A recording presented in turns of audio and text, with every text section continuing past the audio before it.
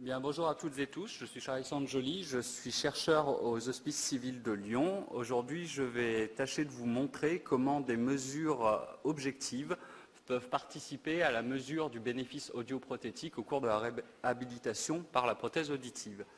C'est une étude qui a été dirigée par le professeur Hung Taïwan que je remplace aujourd'hui et qui a été principalement menée par Ludovic Bélier, qui est désormais à Ellen Wills Institute aux USA, et avec l'aide d'Evelyne Veuillet, de Jean-François Vesson et d'Anne Caclin. Pour commencer, je vais vous faire quelques rappels sur les ABR ou au moins les speech ABR, notamment chez le normo-entendant. Ensuite, nous verrons la faisabilité du recueil des speech ABR à travers la prothèse auditive, pour enfin voir l'application de ce recueil et son utilité pour le suivi longitudinal au cours de la réhabilitation, ou au moins des 4 premiers mois. Alors, le speech ABR, comme son nom l'indique, c'est une mesure ABR qui est mesurée au niveau du tronc cérébral avec un montage généralement classique de 3 électrodes. Typiquement, les ABR sont évoqués par des sons brefs et sont caractérisés par 5 ondes.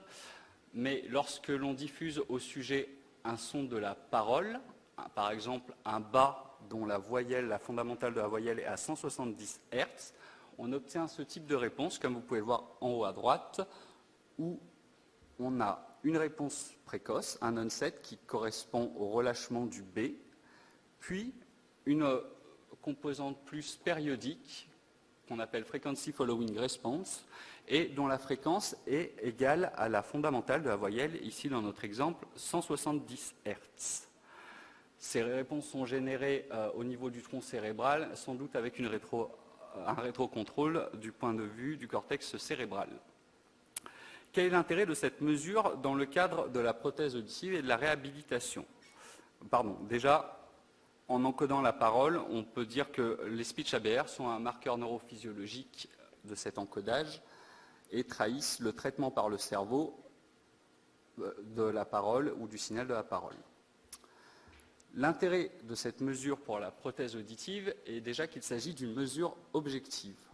Or, lorsque l'on souhaite s'affranchir des indications subjectives du sujet, soit parce qu'elles ne sont pas fiables, soit parce qu'on n'y a pas accès pour un patient non communicant, il est intéressant de se retourner vers des mesures objectives, notamment pour déterminer les caractéristiques audiométriques du sujet. Comme nous l'avons dit, le speech ABR est un marqueur électrophysiologique de l'encodage de la parole. Ainsi, il devrait être une mesure objective et pertinente pour l'évaluation audiométrique vocale. Cette mesure, cependant, a été très peu utilisée, contrairement à d'autres potentiels évoqués auditifs qui ont des fréquences plus faibles, par exemple les potentiels corticaux tels que les ASSR, les speech et ABR aidés, c'est-à-dire évoqués à travers la prothèse auditive, n'ont presque jamais été enregistrés. Il n'y avait, quand nous avons commencé cette étude, qu'une étude disponible où les signaux étaient envoyés en champ libre. L'une des difficultés d'obtenir des speech ABR aidés est qu'il faut, en raison de leur composante de haute fréquence, une très grande précision temporelle de la stimulation. Nous avons donc essayé dans un premier temps de recueillir ces signaux chez des sujets équipés de prothèses auditives et qui avaient plus d'un an d'expérience de leur prothèse. On a utilisé un montage à 4 électrodes permettant de mesurer l'activité de l'une ou de l'autre des oreilles. Et voici le setup expérimental. 2 ordinateurs sont nécessaires. Un ordinateur de stimulation qui fournissait à la fois la stimulation mais aussi le signal de synchronisation ou trigger vers l'ampli électrophysiologique. Et un ordinateur de recueil. Lorsque la stimulation était transmise, nous l'avons transmis en radiofréquence aux prothèses auditives directement. Et nous avons recueilli donc les réponses du tronc cérébral en utilisant un filtre passe-haut de 80 Hz, vu que ce qui nous intéresse, nous, est une réponse centrée autour des 170 Hz. Nous avons moyenné 10 000 essais après avoir rejeté systématiquement les traces qui étaient trop artefactées ou non exploitables, et nous avons recueilli tout ça sur notre ordinateur de recueil. Afin de savoir quel était le meilleur paramètre de stimulation, nous avons testé différentes configurations d'écoute. Tout d'abord, nous avons essayé avec des écouteurs de type insert, qui étaient classiques, utilisés en audiométrie classique. Mais nous avons aussi utilisé, donc, comme je vous l'ai montré sur le schéma précédent, la liaison radiofréquence en utilisant directement les prothèses auditives, avec deux réglages différents qui ne différaient que entre settings 1 et 2 par la valeur du gain. La valeur du gain étant supérieure pour settings 2. Nous avons recueilli donc les différentes FFR ou les différents speech ABR pour chaque condition. Et afin de s'assurer que ce que nous mesurions était bien une réponse du signal nerveux et non un artefact de stimulation lié aux prothèses auditives, nous avons fait des enregistrements en condition mute. En condition mute, c'est-à-dire que exactement les mêmes stimulations étaient envoyées et utilisées. Par contre, soit pour les écouteurs inserts, les sujets ne les portaient pas dans les oreilles et les tubes étaient en plus bouchés de silicone, ou de même pour les aides auditives, on avait bouché les conduits, retiré les embouts des oreilles et bouché les conduits avec du silicone. Et nous obtenons ce type de réponse où vous voyez qu'il n'y a aucune composante oscillatoire périodique comme on retrouve sur les tracés précédents. Après avoir étudié ces trois types de stimulation, nous avons choisi finalement d'utiliser la liaison radiofréquence, c'est la colonne intermédiaire.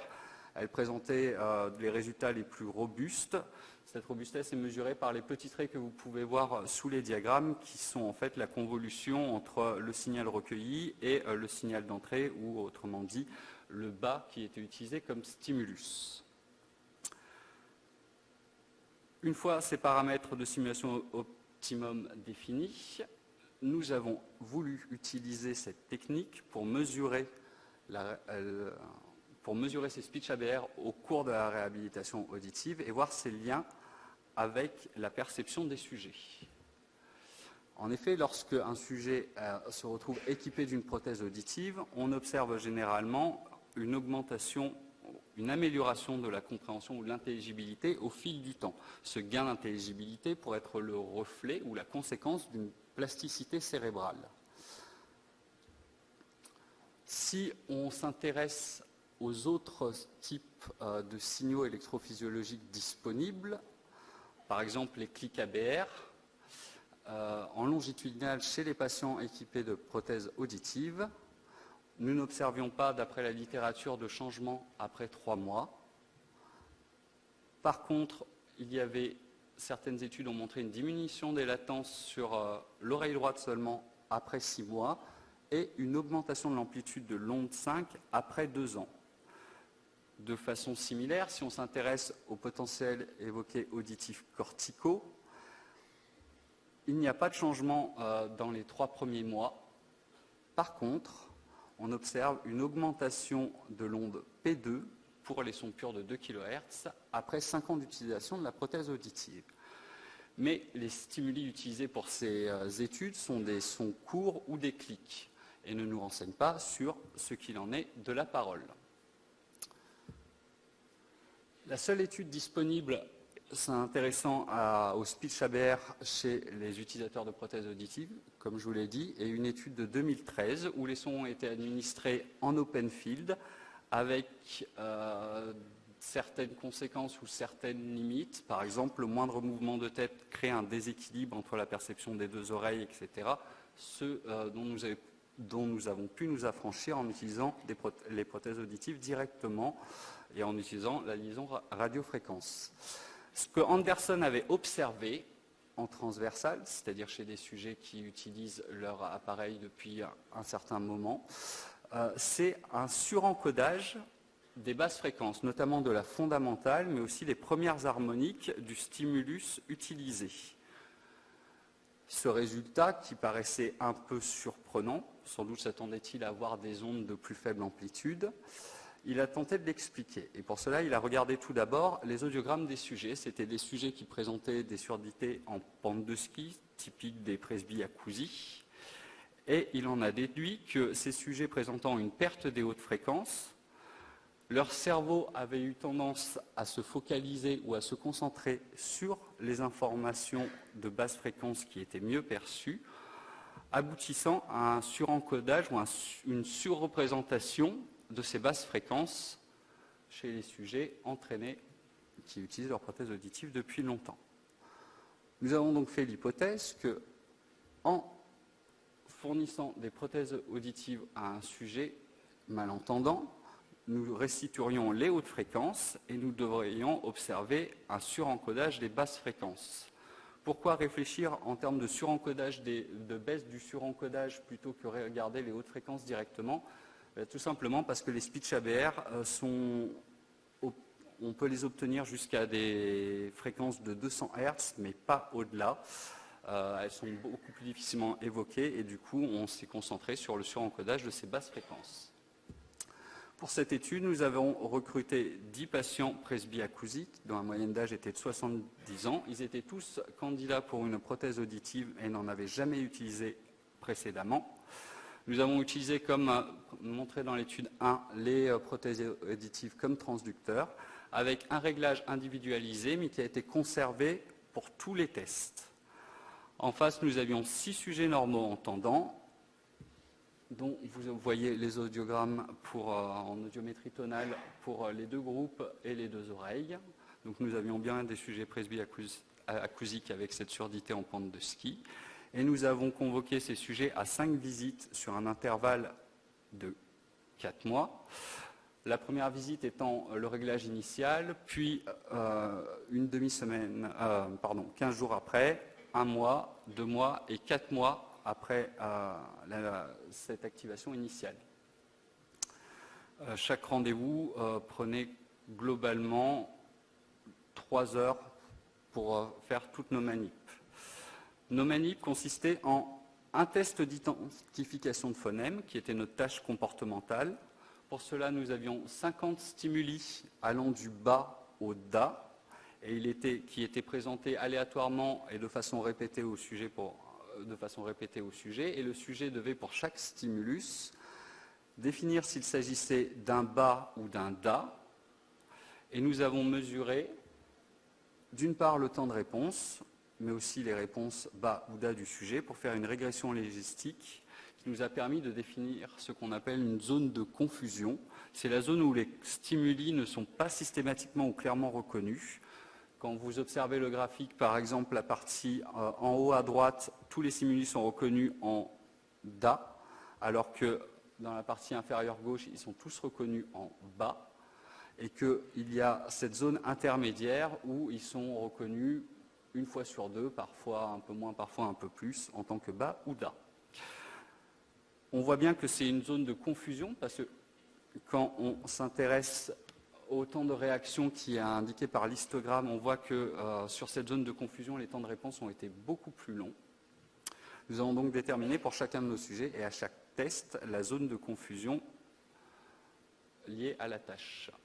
Pour le recueil des speech ABR, nous avons utilisé un des stimuli de notre continuum, en essayant de prendre celui qui était proche du 50% de reconnaissance. Nous avons utilisé une simulation binaurale à 60 dB SPL et nous avons utilisé des stimulations qui étaient strictement identiques pour toutes les sessions, c'est-à-dire elles étaient présentées à la même intensité et en utilisant le même réglage qu'à T0, même si 4 mois après l'activation, celui-là peut paraître un peu faible ou inadapté. Ça a évité cependant d'avoir des problèmes d'interprétation liés aux différences d'amplitude des stimulations. Pour l'analyse de données après recueil du signal, nous avons fait une transformée de Fourier rapide avec, après normalisation par le bruit environnant, puis nous avons mesuré l'amplitude de la fondamentale F0. Si l'on observe ce qui se passe au cours de la réhabilitation, on observe une décroissance de l'amplitude de F0. Cette décroissance, l'amplitude de F0 étant significativement différente entre celle mesurée le jour de la mise en place des prothèses et 4 mois après 4 mois d'utilisation. Si l'on regarde ce qui se passe d'un point de vue comportemental, on se rend compte que notre zone de confusion passe de 20 à 11, donc elle diminue.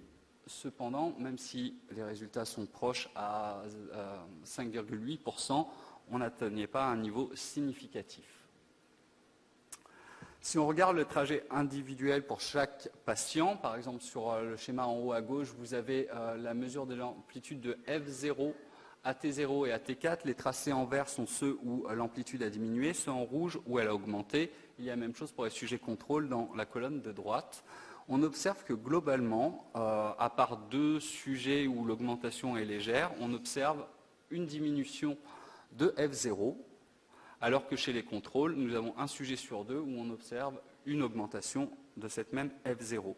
Si on s'intéresse aux résultats, ceci est conforme à notre hypothèse selon laquelle, en restituant les hautes fréquences chez un patient sourd, on va diminuer l'encodage de F0 parce qu'on enrichit spectralement, le spectre des informations auxquelles il a accès.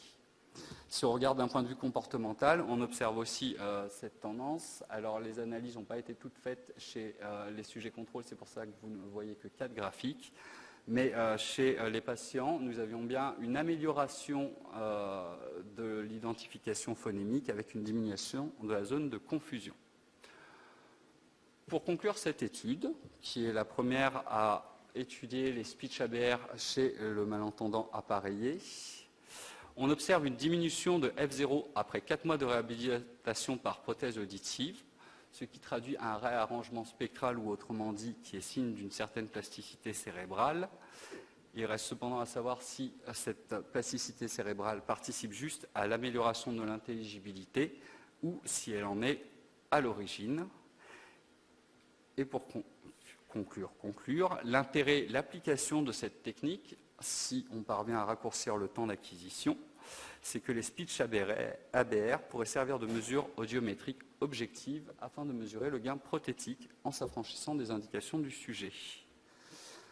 Je remercie la région Auvergne-Rhône-Alpes et FONAC pour le financement de cette étude et je vous remercie pour votre attention.